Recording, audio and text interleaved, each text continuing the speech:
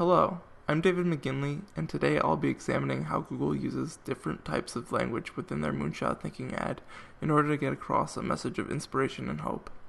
More specifically, I'll be looking at how text, cinematography, music, and verbal content stand out on their own, as well as blend together to create an ad focusing on an American audience.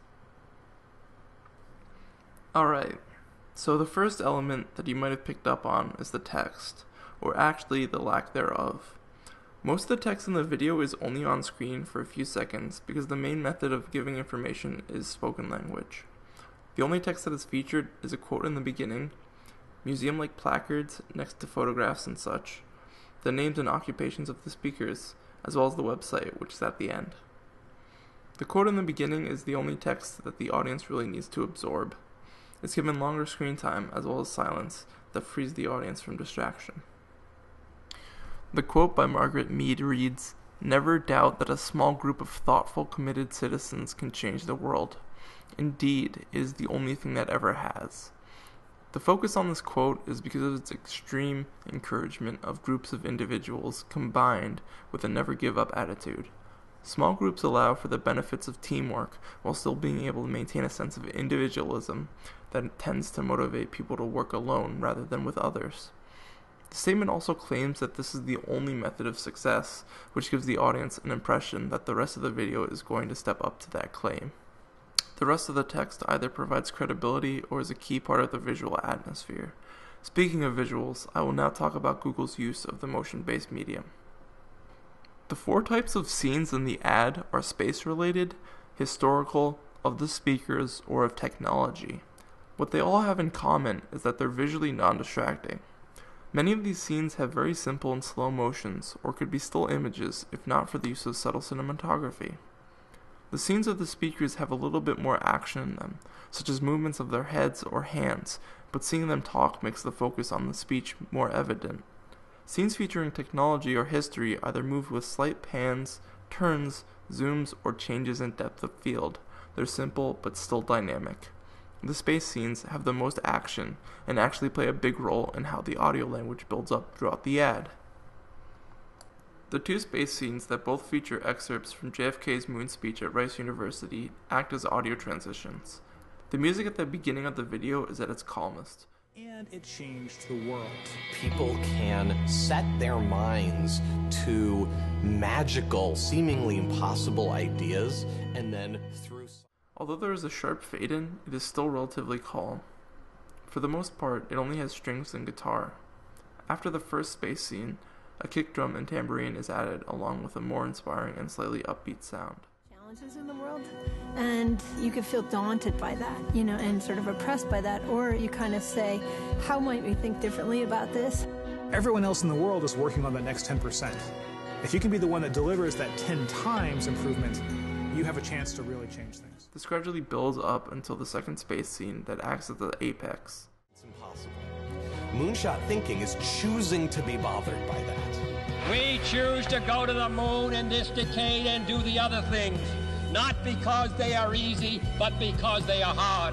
Humanity's progress has been a series of amazing, audacious things, from the very small and personal up to the great, big, and grand, and we are a species of moonshots, and to me, that's like the really amazing poetic inspiration. Afterwards, the music slightly starts to settle down, but ultimately it makes a sharp fade back to a calm and ambient sound, which is similar to how the beginning of the ad played out. Ultimately, the music is still not dominant in terms of audio. We stop achieving things, and the biggest nightmare scenario is that we won't have what it takes to solve the really big challenges. Considering that Google puts the visuals, text, and music all on the back burner, it is important to look at the spoken language, which helps us decipher what audience Google is targeting, as well as what message Google is trying to say to them. Google is smart in the way they repeat their main messages over and over again, but each time with different deliveries and examples. The first Polynesian explorers, everyone involved with the actual moonshot, aviation pioneers, Galileo, and even George Mallory. These are all examples of people who did what was never done before. Google is saying that the impossible is really just the unknown, and history proves that. Google also says that we need to think and aim big, just like we have in the past, in order to bring actual change into the world. The way we look at problems shapes how we approach them.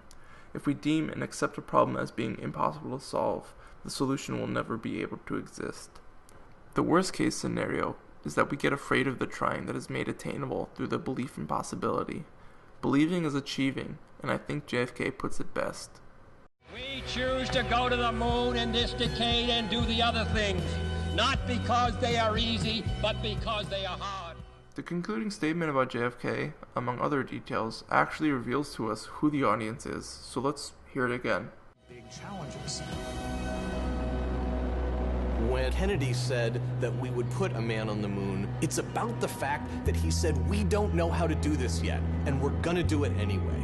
And that sends chills up everybody's spine. Because if that happens, what couldn't we do? The we that Astro refers to is the same we that JFK refers to. Google's audience is mainly Americans. Americans who find or have the mentality to find possibility within the unknown and can be inspired by a community that cultivates rather than punishes or denies. It is evident that JFK believes that moonshot thinking is an American quality. But do you think Google agrees? Based on what the video presents, I would say yes. All of the speakers are American, and most of the historical examples that are either mentioned verbally, shown visually, or cited in text are American. Going further than the bounds of the video, I noticed that the subtitles are only in English and French. If Google wanted to make this accessible to the world, they would have. Perhaps it is difficult to make the same sort of narrative for another country, considering Americans were the first on the moon.